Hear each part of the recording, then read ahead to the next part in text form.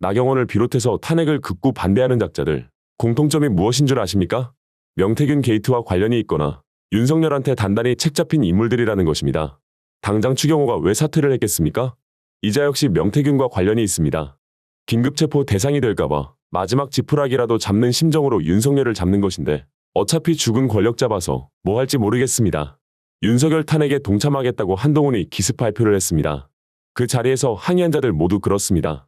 나경원을 비롯해서 강명구, 임종득, 이철규 등 모두 윤석열과 깊은 연관이 있거나 명태균 게이트에 깊게 관여되어 있는 자들입니다.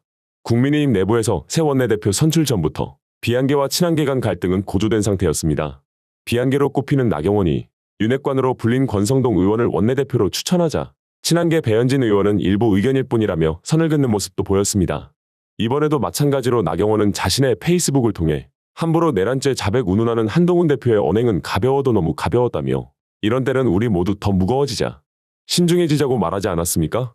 윤석열의 담화에 대해서도 우리 모두 차분히 그 의미를 곱씹어보자며 이제는 냉정해지자고도 했습니다.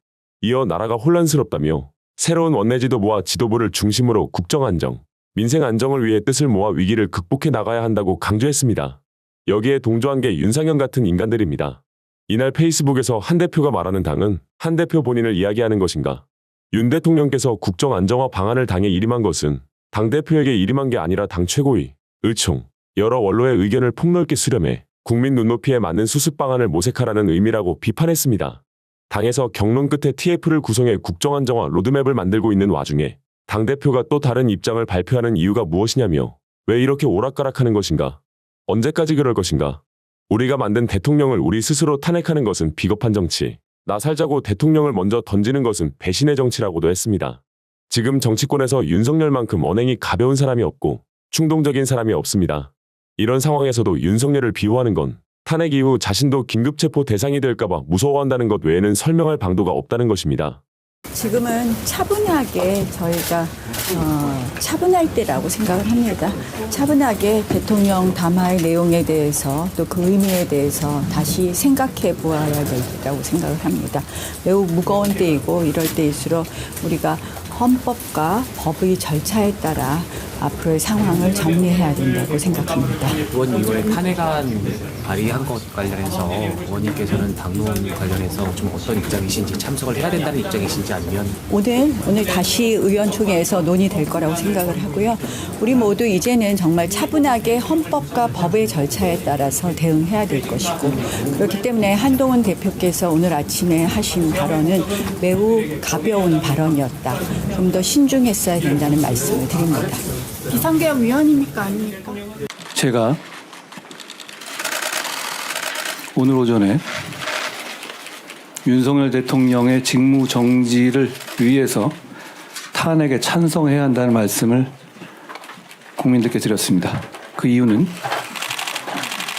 윤석열 대통령이 당초 당과 국민에게 얘기했던 것과 달리 조기 퇴진 등 거취와 관한 사항을 일임할 생각이 전혀 없다는 것을 요 며칠간 확인했기 때문입니다.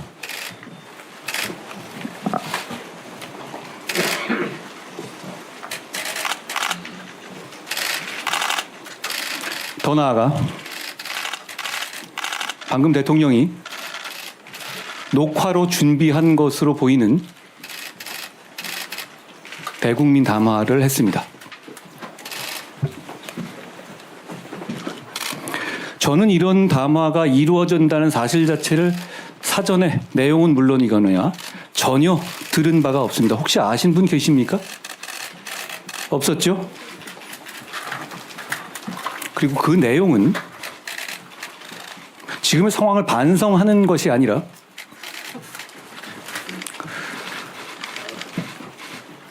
지금의 상황을 합리화하고 사실상 내란을 자백하는 취지의 내용이었습니다.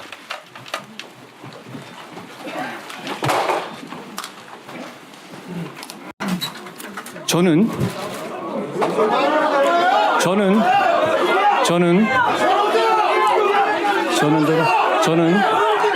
당론으로서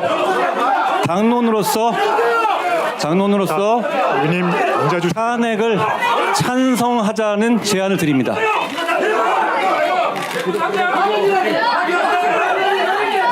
이철규 의원님 말씀하세요. 뭐라고요?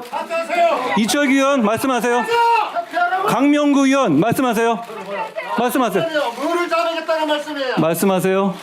뭐를 잡아겠다는 말씀해 보세요. 선관위와 정치인들을 체포하기 위한 의도로 이런 행동을 했다는 걸 얘기했다는 말이에요.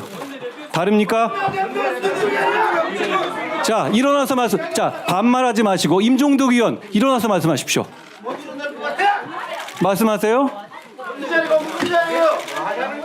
자, 경어를 써주셔야 되지 않겠어요, 임종덕 의원? 무슨 자리냐고요? 자, 지금 이 상황에서 이런 얘기 안 할 수가 없어요. 자, 들으십시오. 그래서 저는 윤석열 대통령을 제명 또는 출당시키기 위한 긴급 윤리위 소집을 지시했습니다. 하실 말씀 있어요, 강명구 의원님? 자, 아십니다. 내려오세요. 자, 임종덕 의원님 하실 말씀 있으신가요? 내려오세요. 자, 저는 분명히 우리의 생각과 입장을 이제는 정해야 될 때라고 생각합니다. 내용은 분명합니다. 지금 못 보신 분은 그 담화 내용을 다시 한번 처음부터 끝까지 보십시오. 보고 왔어요. 예. 내려오세요. 자, 이철규 의원님 말씀해 주세요. 아니, 말씀하신다고 했잖아요. 자, 임종득 의원님 지금 당대표에게 그렇게 소리를 지르면서 말씀하시지 마시고요. 예. 자, 이철규 의원님이 지금 발언을 말씀하셨으니까 말씀드리는 거예요. 말씀하세요. 예. 우리는 굉장히 중차에 대한 입장에서 있습니다. 중차에 대한 병목집에서 있고 오늘은 국민의힘이 다른 새로운 발전된 길을 가기 위한 또 이 현 상황을 파괴하고 슬기롭게 만들어가기 위한 원내대표 선거입니다. 오늘 담화 다 들으셨습니다. 여기에 각자 의원들 생각이 가진 것이 많습니다. 네. 대표님은 당대표입니다. 저기- 여기에 사감, 여기에 객관적이고 주관적인 입장을 지금 이야기하시면 안 됩니다. 제가 주관적인 입장을 얘기한 것이 아니에요. 예. 자, 조용히 말씀하실 분은 우리 저한테 대표님. 말씀해 주시면 제가 네, 지명해 대표님이 드릴게요. 연단에 서셨으니까 말씀드리겠습니다. 네, 좀 조용히 해주시죠. 우리 대표님, 여기 우리 당 의원들 누구도 탄핵에 동의하거나 동조한 사람이 아무도, 탄핵이란다 미안합니다. 비상계엄에 동조하거나 참여한 사람이 없는 것으로 알고 있습니다. 또 사전에 아는 사람도 없을 것입니다.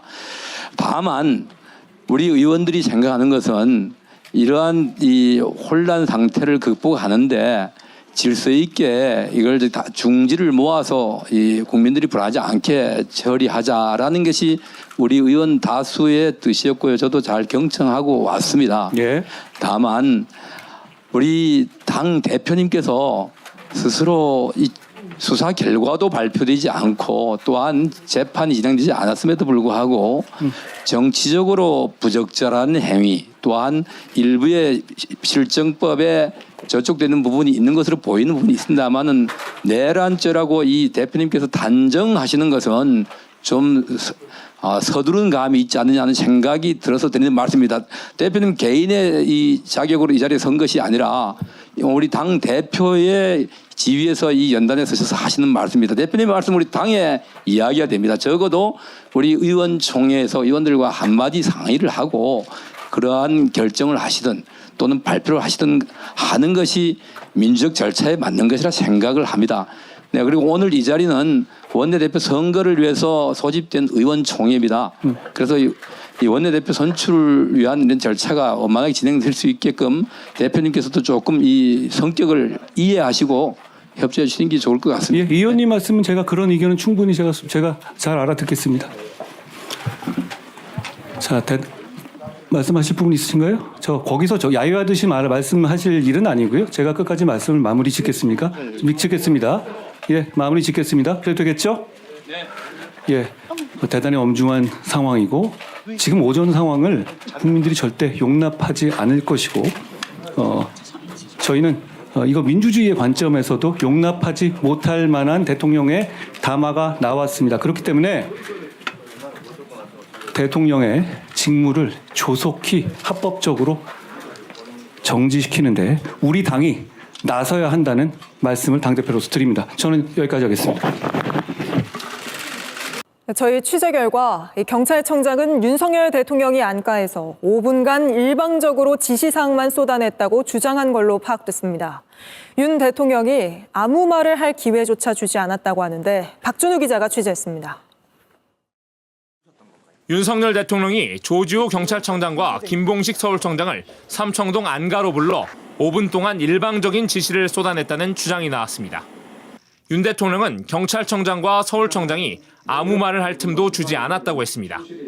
지시를 받고 안가를 나온 두 사람은 황당해하며 이게 훈련이냐 실제냐, 우리 갖고 시험한 거냐란 대화를 나눈 것으로 파악됩니다. 계엄이 국무회의를 통과할 수 없다고 여긴 조 청장은 공관으로 향했고 김 청장은 혹시 몰라 다시 서울청 집무실로 복귀했습니다. 조 청장은 아내에게 대통령이 이상하다, 말도 안 되는 생각을 하고 있다고 불만을 토로했다고 주장했습니다. 조 청장은 잠시 집에서 휴식을 취하다 마약 관련 회의 참석차 경찰청으로 향했다고 했습니다. 하지만 얼마 뒤 설마는 현실이 됐습니다. 비상계엄이 선포되자 계엄사는 정치활동을 금지하는 포고령을 내렸습니다. 조 청장 측은 윤 대통령이 포고령 이후로 연거푸 6차례에 걸쳐 전화를 걸어와 체포하란 지시를 반복했다고 했습니다. 오늘 준비한 소식은 여기까지입니다. 영상이 유익하셨다면 구독과 좋아요를 한 번씩 부탁드리겠습니다. 민주시민TV는 언제나 여러분과 함께하겠습니다. 시청해주셔서 진심으로 감사드립니다.